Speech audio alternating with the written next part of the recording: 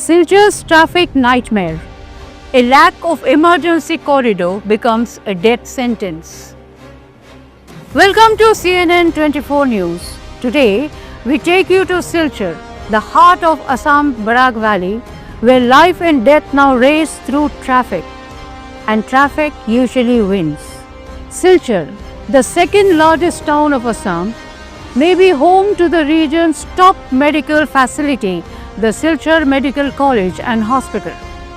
But these days, the hospital's emergency services are being strangled by one deadly villain: traffic.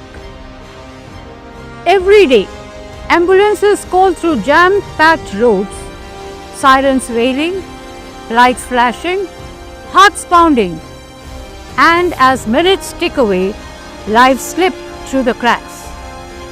This isn't gridlock. This is negligence wearing a uniform. The roads too narrow, the planning non-existent.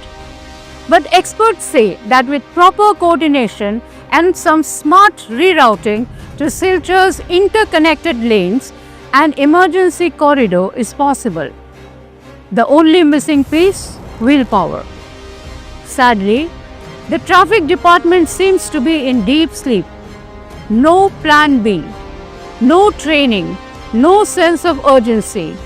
The system bleeds while patients wait trapped in ambulances that turn into helpless cages on wheels. Where are the leaders who promised progress? Where are the planners who vowed modern infrastructure? Their silence screams louder than the blaring horns. Selfies, ribbon cutting, fund announcement. Yes, solutions? Nowhere. Silchur deserves better. Its people deserve better. It's 2025. And yet, citizens will depend on God's mercy to reach a hospital alive.